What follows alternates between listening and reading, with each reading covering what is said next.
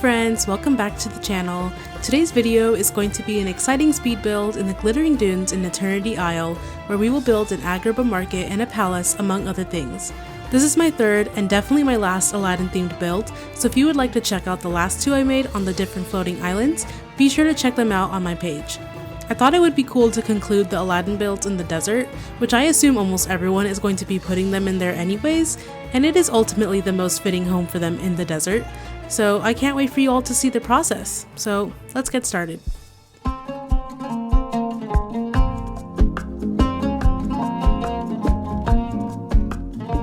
Okay, we're starting our build over here at the furthest corner of the Glittering Dunes, and I just want to give a little disclaimer before I hop off and let you watch the build in peace. But basically, I'm not gonna lie to you guys, I'm kind of an aesthetic builder. I just like the way things look, and sometimes, especially for this build, I tend to sacrifice functionality, which I do apologize if you are trying to replicate this in your Glittering Dunes. If you are someone who fishes there often anyways, I'm gonna have to be the one to tell you that this area is pretty much blocked off at that point. So you can definitely change things around, make little hidden pathways. Personally, I can just go through the borderlands into this fishing area because, as you can see, there is a path leading there, but I kind of block everything off because I just want to fit a castle, you know? I just like the way things look. So I'm so sorry if you are trying to replicate this and you want easy access to all the rock nodes. I do have most of the rock nodes in this entire area sort of accessible, but these ones specifically, I'm just gonna tell you right now, you can't really reach it. So anyways, I do the entirety of the Glittering Dunes, but we're just gonna pretend that the oasis doesn't exist in this scenario. So I do hope you guys enjoy and find some inspiration to decorate your Eternity Isle. We all know that sometimes Eternity Isle gets a bad rep and sometimes people just don't decorate there. So I'm very happy that I get to decorate my entire desert, and I do hope I get to work on the Wild Tangle next. So yeah, definitely follow along for the speed build, and I will see you guys at the end.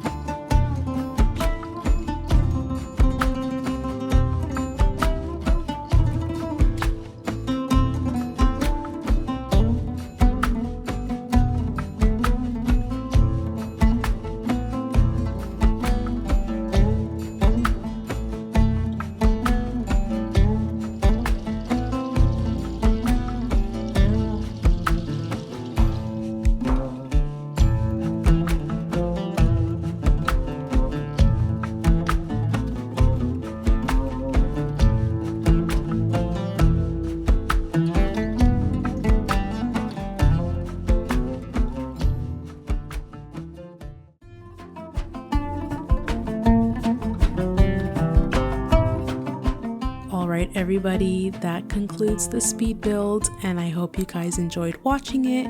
I'm gonna just do a quick little walk around the entire biome, so definitely stay tuned for that. So this was definitely one of my favorite builds to make because I really wanted to get into decorating a kind of marketplace, and I know this was long overdue because as of right now that I'm recording this, the star path is about to end and we are going to be going into a new star path soon. So I thought this was a great way to say goodbye to all of the Aladdin builds because this is definitely the last one. And yeah, I really enjoyed and like how it turned out. So I'm walking through here, and this area, I honestly, if I'm going to give you like my entire honest opinion, I just chose to make like a fountain courtyard situation because I did not know what to do here. I was pretty burnt out after making the market and the palace, and I did not have any other ideas. And this touch of magic rug you see right here, I actually included a how to make it in one of my previous speed builds, so I will link that up there. And so yeah, if you wanted to learn how to make that rug specifically, you can see that in the other video. I am just walking back here to the market, and I think the market was probably my favorite thing to make. It also did not take that much time. I actually did a lot of research going into this before making it in the Glittering Dunes. I went back to the Aladdin realm and basically just took pictures and just saw how they decorated the stalls and the marketplace, and so I tried my best to sort of replicate it in the space that we had and also with the items that we had. And so this central area over here is kind of based off of that really big courtyard with the big dust storm in the realm, so that was kind of my thought process there. I included those two stalls in the back, and I really do wish we could add stalls from the main valley into this market, but we're not really able to move it into the DLCs, so that really sucks, but it's fine. And I wanted this to kind of feel like the AGRABAH that we love in the movie, and so I included different corridors and also a back alley just to make it seem more like there's like more levels to the market. And so of course here we have our little grocery area, and then peek the apples where Aladdin steals, and oh, there's a flower that spawned, let's pick that up. And oh my god, Stitch looks so cute. Anyways, I wanted to create these little corners because I think it just adds depth to the build, and I did not want to create something that was just mainly like central. I wanted to create little rooms that you can go into to make it more immersive. And then here is like what I was talking about, a little more like the outskirts leading up to the palace, and just little rooms here with these stalls and looms, and I think it just adds extra detail. So yeah, the market definitely takes my #1 spot in the Oasis, but definitely let me know which part of this build is your favorite. And going into this, it just looks so good in the sunrise. I normally do sunset shots, but this is my first time actually walking around in the sunrise, mainly because I'm never that early up, so I thought it looked really good, and the gold just bounces off the sun perfectly. And I especially just love the reflection of the water rugs. That's why I use it so often in my builds. And you would be kind of surprised what I did up here. I think my best way to explain this was I wanted it to feel like the movie, and in the movie the desert is a desert.